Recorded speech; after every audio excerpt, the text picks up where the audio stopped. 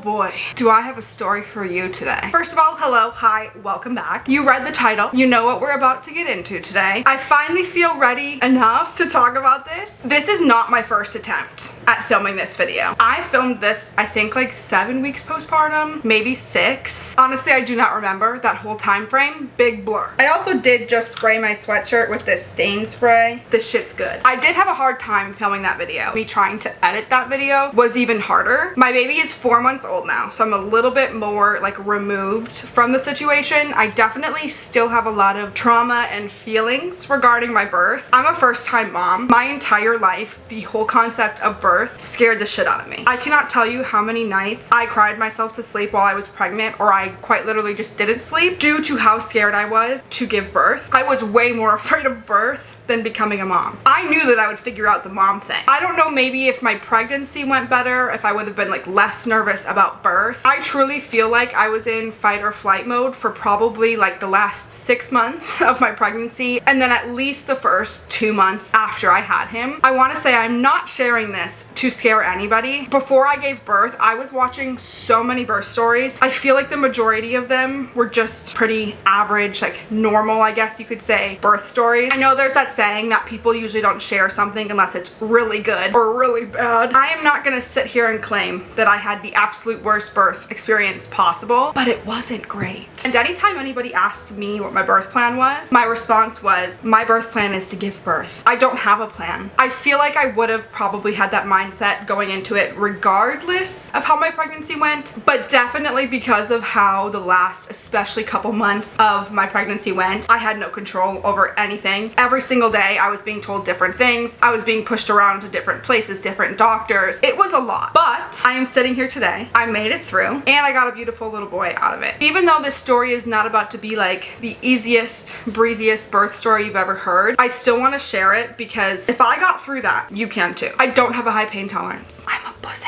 Okay, I'm a pussy pants. When I told my mom I was pregnant, right after that initial excitement wore off, she started laughing because she was picturing me giving birth. I don't do well in those types of situations, and I got through it. Wasn't very fun, but I made it to the other side. I know this video was a long time coming, or maybe you're just clicking onto this and you have no idea who I am. Uh-oh, my baby might be waking up. Nope, he's asleep. You might be clicking onto this video, you have no idea who I am. That's totally okay. Let me introduce myself. My name is Samantha. I'm 26 years old. Back in February, I gave birth to a beautiful little boy. I've pretty much shared every major life event that I've gone through on the internet, so this is just another one. Good? Ready? Okay. Grab a little drink, grab a snack, buckle in. The scenery might change a little bit as I film this. I don't know how long it's gonna take me to portray this story, and I do have a baby. I'm a stay-at-home mom. He's napping right now. I don't suspect he stays sleeping much longer. We're gonna bounce around, but I'm gonna get this story out, okay? In order for me to get to the part where I'm giving birth, we're in the hospital, we have to backtrack a little bit. If I did not explain the last couple months of my pregnancy, at least vaguely, none of what we went through in the hospital is gonna make sense. Initially, I was due at the end of February. I got pregnant right after I had lost 100 pounds. Probably how I got pregnant, because prior to that, I was told that I couldn't get pregnant. Even when I first got pregnant and they were doing a bunch of ultrasounds, anytime they would see my ovaries, they would quite literally let me know that I have a miracle baby. It looks rough in there. The first trimester sucked only because the first trimester sucks for most people. I was super tired. I was nauseous. My morning sickness was actually like night sickness. I just didn't feel good, but I didn't have any like complications yet. I think my blood pressure started to get kind of iffy around 16 weeks. They started watching it pretty closely. They had me do like a 24-hour urine test to get a baseline of what the protein levels in my urine were. I was considered high risk simply because of the fact that I was overweight, am overweight. There are some things that can happen to the baby because of that. I got more scans than normal. My appointments were a little bit more frequent in the beginning than they typically are, I guess. I will say I never got that like second trimester burst of energy that everybody talks about. I pretty much felt like shit the entire time. Every scan that they would do on him, he looked completely good. At one point, we even graduated from, what is it even called anymore? The high risk doctor, the MFM, because he looked so good. And like my weight was staying so good because my BMI was already obese. The amount of weight they want you to gain is like lower than they're gonna tell somebody who has a healthy BMI. They told me I could gain between like 11 and 25 pounds, which up until the last 2 weeks that I was pregnant, I stayed within that range, okay? I don't think he's gonna stay asleep. Every scan he looked good. Nothing was ever wrong with the baby. They were concerned about me, my body, and something called preeclampsia. As the weeks went on, my blood pressure would like come and go. It was very confusing. Like sometimes it'd be really bad. I would start to see stars. I would get really bad headaches. They had me monitoring my blood pressure at home as well as when I went there. It never got to the point where I guess it was too concerning until, I don't remember the exact amount of weeks that I was, but I did end up having to spend the night in the hospital at 35 and a half weeks, 36 weeks, because of how high my blood pressure had got and how he was reacting on the stress test that I was getting at that point. That was really the only complication that I was having up until my last ever growth scan. The doctors that I was seeing, it was like a group of them, so I had like 9 doctors. I saw a different one each time I went in because like any of them could have been the doctor to deliver him. He was breech for a while, but he ended up flipping himself. He was growing really big. In fact, he was growing like super big. I did not have gestational diabetes. Because I was overweight, they tested me twice, so I had to do the test at the normal time that you get it done at like 28 weeks. I also had to do it earlier at like 15 or 16 weeks. Both times I passed it with flying colors. He was just a big baby in there. They actually did start to get a little bit concerned with his size and my body because even though, yes, I'm not delusional, okay, I'm a bigger girl, I'm very short and my frame is small. They were just concerned about him fitting out pretty much if he were to go full term. Once we hit about 30 weeks, it pretty much became a game of just watching my preeclampsia and keeping him cooking as long as we could. There were so many times where I was told to like be prepared. He's coming. You have to be ready for us to send you to the hospital at any of these appointments. I had to do weekly appointments starting a lot earlier than most people do, and I had 3 stress tests a week. They were really monitoring him very closely. But like I said, all of these problems had to do with me. They were making sure that I was safe. And then I went in for my final growth scan. They were doing their thing in there and they noticed that he had extra fluid, like his fluid levels were too high, which I guess is present a lot of times with gestational diabetes, and it also can be present for like some genetic issues, but he was low risk for everything on his genetics tests. They weren't too concerned about that. But then when they went to look at his heart, they had noticed that like one of the ventricles like looked much larger than the other one, and they should be like pretty symmetrical, I guess. They referred us back to the MFM after that. They didn't get us in for that scan until the next week, and in between that time is when I got hospitalized for my preeclampsia. I had to stay there overnight. They did another 24-hour urine test to compare it back to the one that I did earlier in my pregnancy. During that time, my blood pressure stabilized enough that they did allow me to go home, but at that point it was determined that they were going to induce me at 37 weeks, especially now that they were a little concerned about his heart. That's just what they felt was the safest, and they really do not mess around with preeclampsia. Like preeclampsia can get really bad really fast, and I and the baby could have literally died if they didn't take it seriously. I got to go home, and a couple of days later, I was like 36 weeks at this point. Like I only had like a week until they were telling me I was gonna have him. I believe it was a Thursday. I had my MFM appointment in the morning. I drove over there to get my scan. The fluid level didn't look as high as it was before. It was more normal. It was like at the high end of normal. The ultrasound machines are more advanced there, so they're able to see things like in higher resolution essentially. During that appointment, they became really concerned about his heart. This was the one appointment that Gerald could not make it to because he had work. I was really stressed out. All of a sudden I had these doctors coming in telling me that I cannot give birth at the hospital that I was supposed to give birth at. If I wanted to give birth at the hospital that I had visited, that I had checked out before, I was going to give birth and then they were gonna put my baby on a life flight over to Orlando where they had a better cardiology team to essentially give him heart surgery. I kind of blacked out. I was being given a lot of information really fast. Basically what they had found was that his aorta didn't look fully developed, and that was causing one of his ventricles to be enlarged. When babies are in the womb and when they're really little, they have like an extra little valve that helps push all of the extra blood that the baby is getting from mom through their body. It's like helping their heart out. So the concern was when he is born and that extra valve closes, will his heart be able to function? When my body is not there to keep him alive and do that work for him, will he be okay? Before we continue on with this video, I need to say a huge thank you to Hungry Root for sponsoring this video. This is my 4th Hungry Root box. Oh, she's a little heavy. I was sitting here going through it. There's always some good snacks in there. I thought to myself, why am I not including you? For those of you guys who might not know what Hungry Root is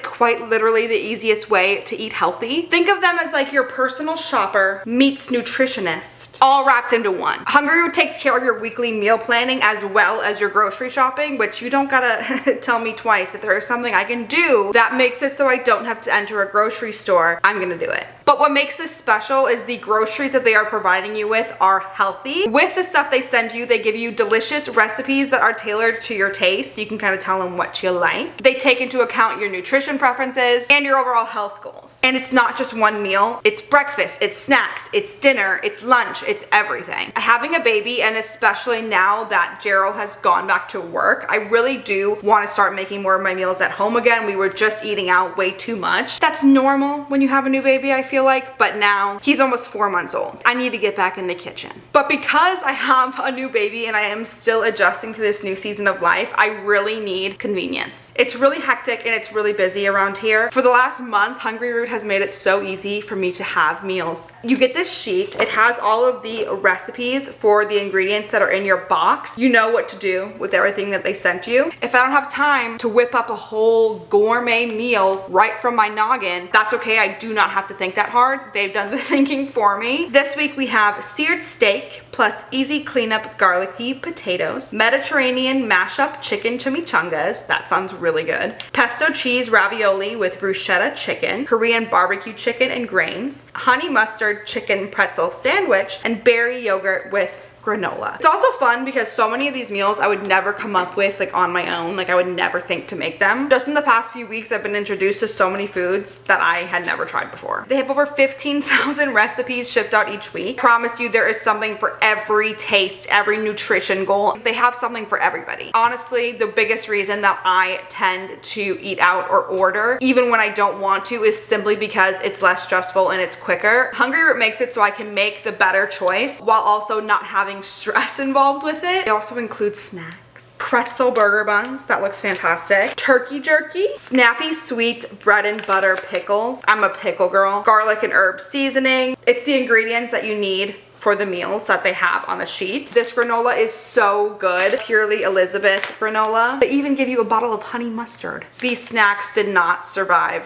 the unboxing. I would have never picked these up. These are the skinny dipped milk chocolate peanut butter cups. These are so good. Anytime I see some type of like alternative candy option, they're never good. I didn't have high hopes. My expectations were succeeded. Is that the right word? These are also one of my favorite snacks that has been coming in the boxes. The Good Crisp Company Sour Cream and Onion Potato Crisp. Yeah, they're gone. Breastfeeding, I really need snacks. Like I'm so hungry all the time. Spinach wraps, 7-grain blend, bagels. In the bottom of the box is all of the meats that you're gonna need. So like these are the all natural chicken patties, basil pesto. I love this brand of yogurt. The Siggy's yogurt, shawarma style chicken thighs. Everything you need is in your box. Most of the recipes can be made in 15 minutes or less. There's great options for the whole family with healthy groceries like smoothies, different kids snacks, sweets, ready to eat meals, salad kits, and even different supplements. If you want to try this out, you guys can take advantage of this exclusive offer. For a limited time, you can get 40% off your first box, plus get a free item in every single box for life. Click the link below or go to hungryroot.com and use code SamanthaJo. That's 40% off your first box and a free item of your choice for life at hungryroot.com with code SamanthaJo. Once again, a huge thank you to Hungry Root for not only sponsoring this video, but for keeping food in my fridge and in my pantry for me to snack on and meals for me to make for my family. Now we can get back to the video. My baby being taken away from me right after he was born was simply not an option for me. I had to completely switch doctors. That next morning, I had an appointment at St. Joe's Women's Hospital in Tampa where they had a much better like neonatal the right word, like cardiology team that would be ready for him when he was born. I saw a doctor early that morning. This was a Friday. I think it was a Friday. Maybe it was a Thursday. Day of the week doesn't matter. Did blood work there. They took my blood pressures there. My blood pressure was slightly elevated, but anytime they would do the hand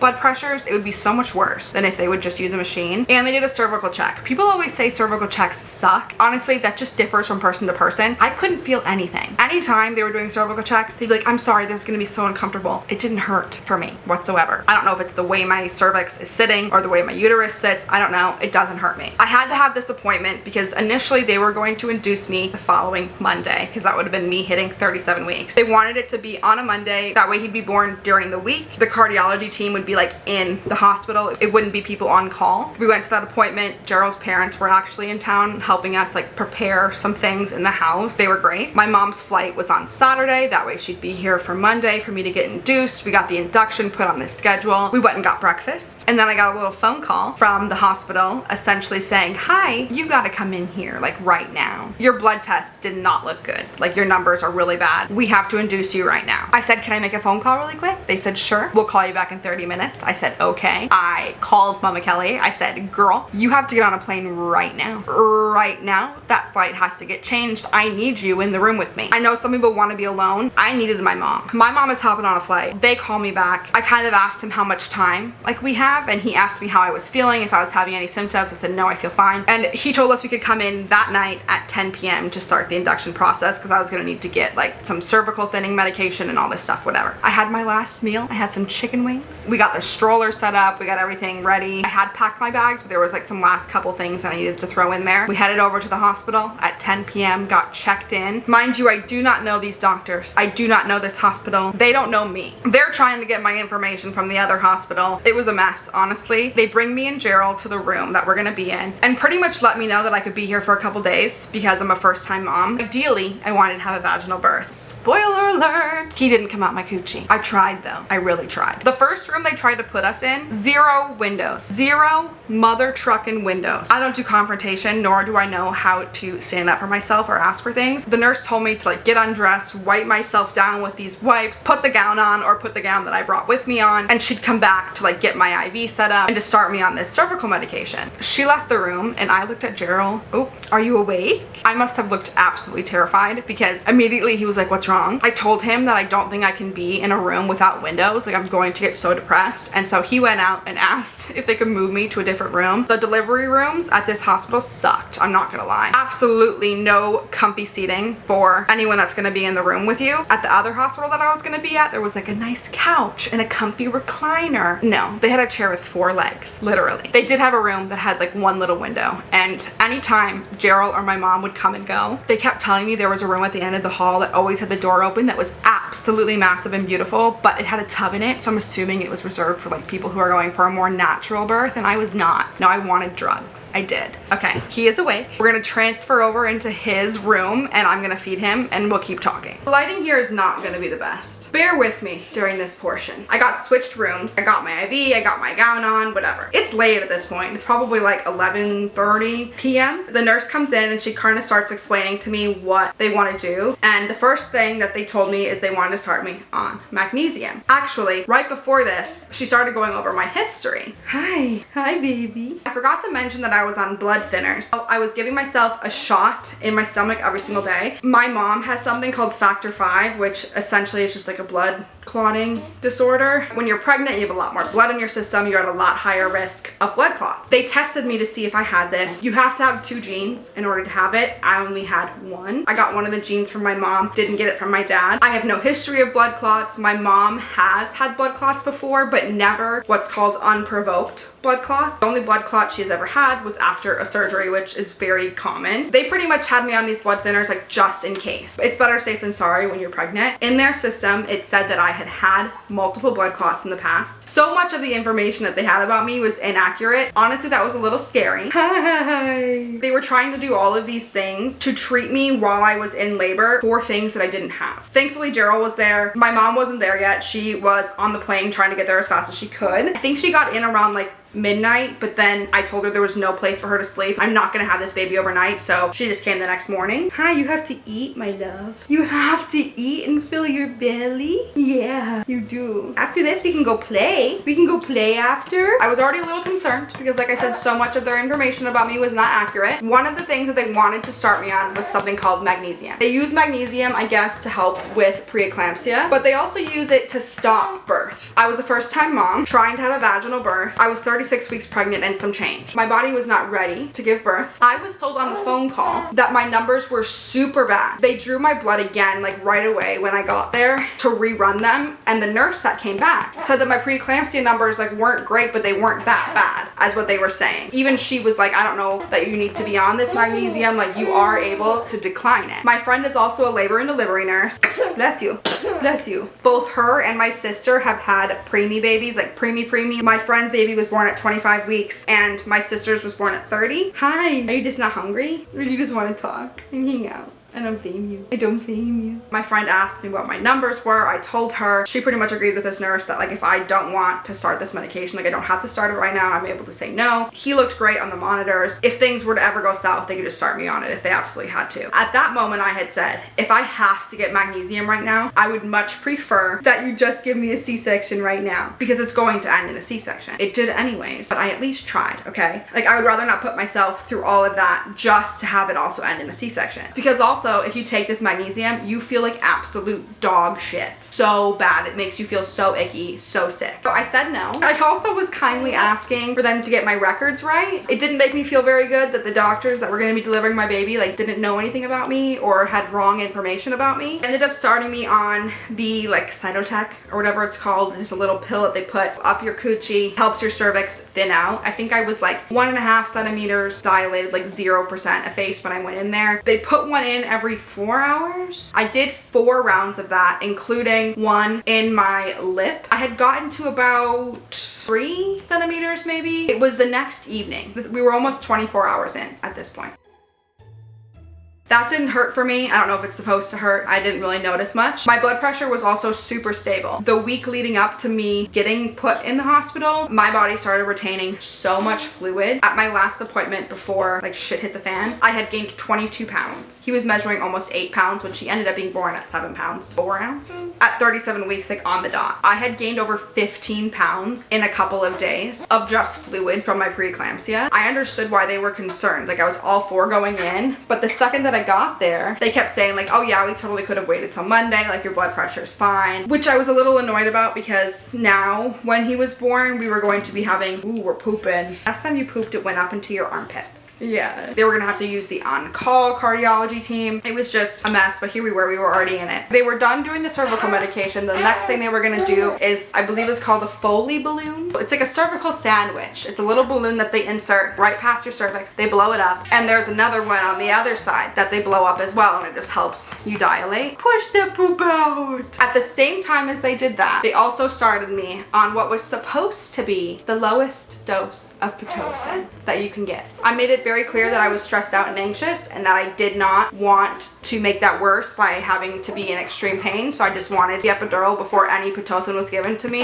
The one thing that I had heard were Pitocin contractions suck. A lot worse than normal contractions. The doctor had pretty much convinced me that like it was going to be such a low dose of Pitocin that I probably wasn't going to need the epidural. They weren't very busy, so if I decide that I do want the epidural, the team can get there in like 30 minutes. Somewhere along the way, the wrong dose of Pitocin was administered. They started me on a much higher dose of Pitocin, so I went from feeling nothing, having 0 contractions, 0 cramping, to quite possibly the worst pain that I've ever felt in my life. There was no break from the contractions. Usually, you know, you have a contraction for I don't know how many seconds, and then there's a break. After a minute or two, there's another one. It went from 0 to having straight contractions. There was no break. I remember quite literally like saying like, what is this? When's the break coming? Like, when will I be able to breathe? They lowered the dose of Pitocin. The damage had already been done, huh? They also found out pretty quickly that his body did not respond well to Pitocin. No, you kept having D cells anytime they would try and up the Pitocin. Mom immediately asked for an epidural, and the doctor came in after about an hour. I wasn't happy. They put a needle in Mom's back, and I was scared about that before. Then I realized that no pain could be worse than the pain I was already in. Yeah, and the epidural was the best thing I ever did. Yeah, it hurt a little bit, but not as bad as the contractions. And then I didn't feel anything. It was magic. Yeah, it was so nice. It's been a second. We played, he ate, he's back down for another nap. I think where I left off is I finally got my epidural. I am a drama queen, okay, with those Pitocin contractions were so bad, especially because usually you gradually increase your dose of Pitocin. You don't just go from 0 to 1,000,000. They dropped the dose back down. I got my epidural. I know a lot of people are afraid of the epidural. I was also afraid of the epidural. I accidentally saw what an epidural needle looked like prior to giving birth. I don't recommend, but truly the epidural was the least of my concerns at that point. And for me, the epidural did work. I know a lot of people have experiences where it fails, but it worked for me. After that, we pretty much just sat and chilled while we waited for that catheter to fall out. So whenever it falls out, they know that you are 5 centimeters. Usually things start to pick up at that point. A bunch of things could have went better. I feel like as I've been filming this, I've been downplaying how bad some of the things were. It just wasn't a good experience. seconds. Honestly, it is a big blur because I do feel like I went into full-on fight or flight mode. Nobody in this entire hospital could agree on anything. The nurses and the doctors did not agree. Pretty much from the get-go, the doctor was trying to get me to have a C-section right off the bat. The weekend that I was there, the hospital got very busy. You definitely could tell they were just trying to get people like out of there up into the recovery ward. The nurse knew I wanted to have him vaginally and was pushing for that and fighting for that and was letting me know that like, hey, if I think your baby is not safe, I'll encourage you to get that C-section, but we are not there yet. You can do this. Every time the doctor would come in, they would just like try to make me feel bad for the fact that I hadn't already said yes to having a C-section. Mind you, there's nothing like emergent happening. Like my blood pressure is still stable. Little man looked great when they turned the Pitocin down or took me off of it completely. The issue that we started to run into, MJ did not like the Pitocin in there. I had dilated to a 5, but they kept calling it like a Foley 5, not a real 5. Like when they came to check progression after that, I remember when they said like, oh, you're a real 5 now, not just a Foley 5. I hope Foley is the right word. It's probably not. It's a balloon, okay? All of the nurses that I had were very sweet, but the one during the day like really was trying to push for me to have him vaginally. I think she just knew how much work I had already put into it, so she was standing up for me essentially. She made sure she was moving me. When you have an epidural, like, I could not move my legs. She was switching my positions, trying to get him to come down because even though I had dilated to a 5, he was still super high. Like he needed to drop down more. He was not doing that in order to encourage my body to open up more because once again, I was 37 weeks. First time mom, my body wasn't ready for labor yet, but it wasn't safe for me to continue on because of my preeclampsia, if that makes sense. They weren't able to up the Pitocin because then his heart would start to have issues, but my body also wasn't doing it on its own. Like he wasn't dropping down. Where I think we went wrong is the nurse that I had at night quite literally did not move me once. For 10 hours, I was laying in the same position on my side. So much so that my epidural completely went to my right side of my body. I was there for days, you guys. I was in labor for 3 days. Every time it would become day shift again, the nurse would be like, girl, you're still here. Like you haven't had him yet. It got to the point where I was exhausted. I was listening to these doctors not align. I had people telling me to keep pushing for a vaginal birth. I had people telling me just to get the C-section. I never got past the 5, by the way. Like my body was not dilating any more than that. Like I needed Pitocin in order to do that and we couldn't administer the Pitocin, which is why I ended up having a C-section. It had been 3 days. Even if my body had magically clicked and dilated, I believe I would have been too tired to push at that point and it would have ended up in a much more emergent C-section than it was. Eventually, during one of the cervical checks, I agreed to just go back for a C-section and I was really bummed. I really wanted my mom to be able to be with me, but if you did not know, when you have a C-section, there only can be one person back there with you. Obviously, that was going to be Gerald. When I agreed to the C-section, they let me know that they were too busy, like too booked and busy in the OR. Like they couldn't take me right now, and they'd come get me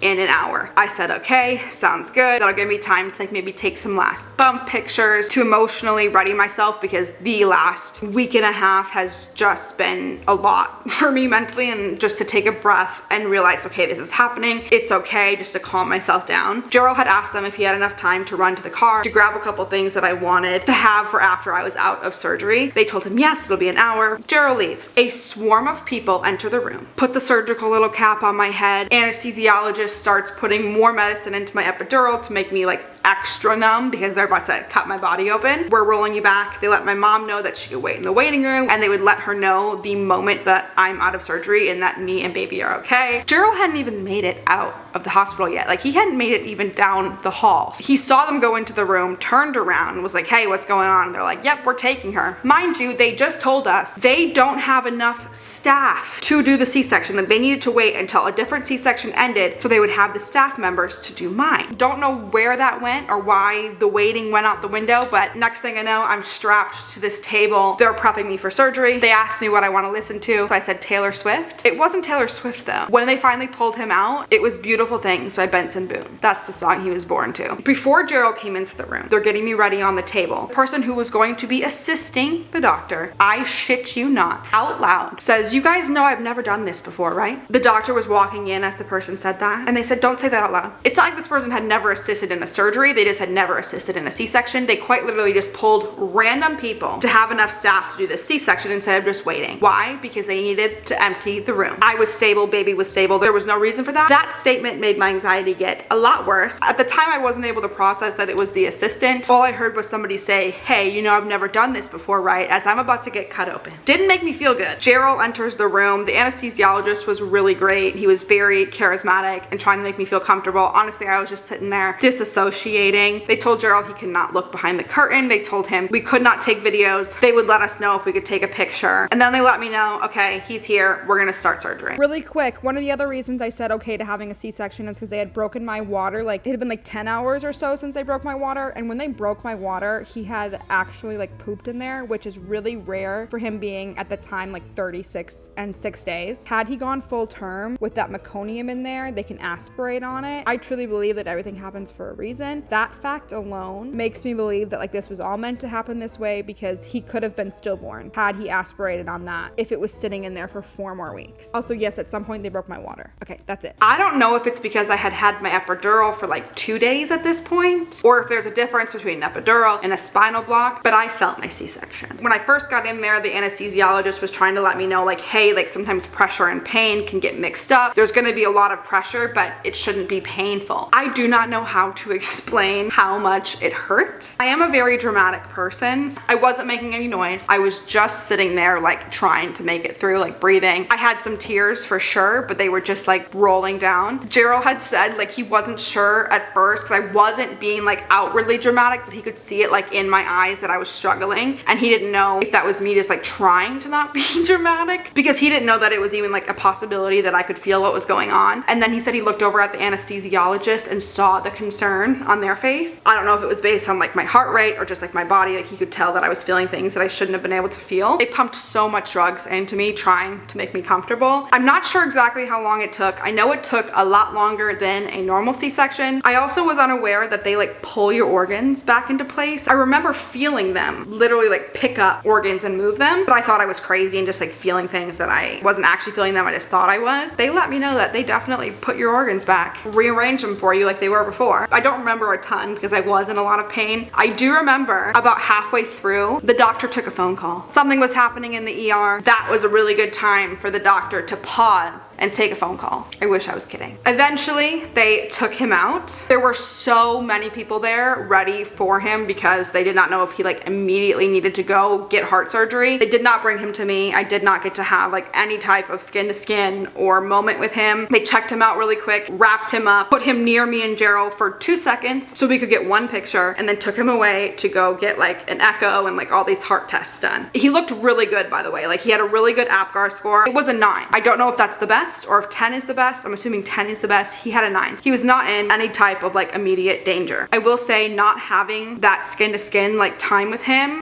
being immediately like taken away from me, I didn't realize at the time like how much that was going to affect me. I know a lot of people have it so much worse, but like I didn't get to meet him for like 6 or 8 hours or something like that. It makes me feel for the people that like have to wait so long to like hold their babies, because like he was just taken away from me and I had no idea what was going on. Because he was stable, Gerald stayed with me until they brought me down to like the recovery unit. I had to stay there for 2 hours. They took my epidural out and started me on some pain meds, which I hated. It makes me super sick. At that point I was given my phone. It had been about 2.5 hours, I think. I called my mom, let her know I was okay, and she was freaking out because nobody ever went and told her I had gotten out of surgery. They told her it was gonna be 30 minutes and here she is 2.5 hours in and like has no idea what's going on. She thought something bad had happened. At that point Gerald was with MJ and they were doing like the scans and stuff on him. He looked good. I got brought up to the postpartum room, met my nurse there, and she was absolutely great. She was also pregnant. I had 2 bags of medicine. I don't remember what they were. I knew one was just fluids and one was something else, like an antibiotic or something maybe. I really don't know. I had to finish those before they would even consider letting me go down to the NICU to meet MJ.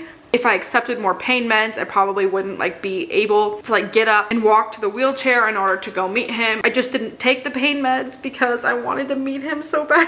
I didn't meet him until like after midnight, which sounds dramatic, but it's just like you picture this baby that you've been growing for so long and they come out and you want to hold them and be with them and like be the first person that they see or the first person to be able to give them a kiss. And my brain kept telling me that like he felt like I abandoned him because I wasn't there. My nurse was an angel and she made it so I could go meet him. I remember he changed my diaper and like taped my, I had a catheter because I had an epidural, and like taped it away so I could get into a wheelchair. The first time I stood up, just like a slew of blood came out and was all over the floor and Gerald was like stunned.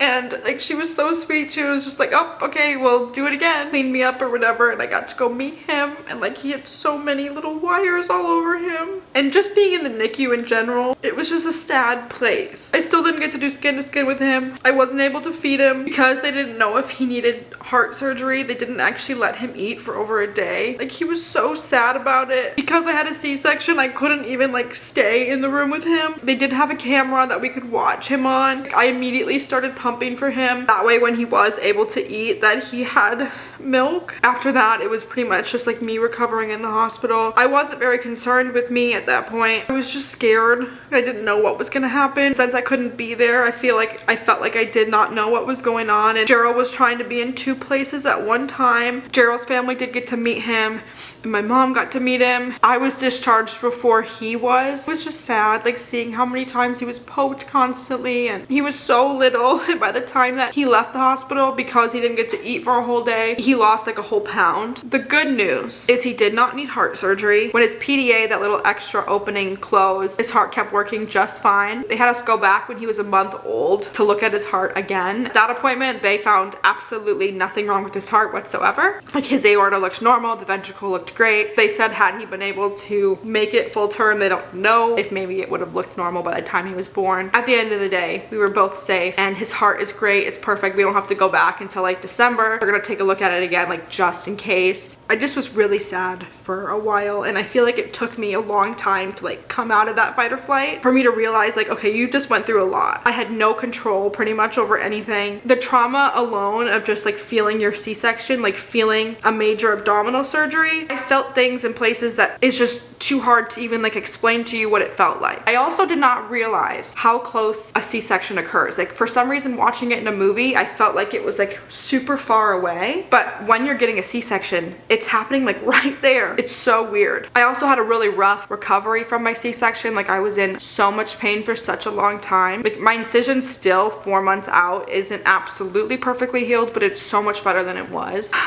It was just a lot. But here we are. I have a happy, healthy little boy, and I'm still here. From this experience, I learned that like your doctors and the people that are there for you really matter. Nobody that I saw agreed on anything. When I got that phone call telling me that I needed to go in to get induced like right now, they truly made it seem like I was about to die. Like they did not do a good job of relaying that information in a way that wouldn't make me panic. They definitely fear-mongered the whole situation. The whole time I was just so worried about like how can I keep my baby safe. At one point during labor, when the doctor kept coming in telling me just to have a C-section, I remember a moment during labor where Gerald asked like everybody else to leave the room. He looked at me because he was so scared that like something was gonna happen to me because they were making it seem like I was about to die. The nurse was trying to calm me down, but the doctors were trying to make it seem like I'm dying in 5 minutes. He looked at me and he said like, Samantha, do you remember when we said that like we weren't gonna let anything happen to you?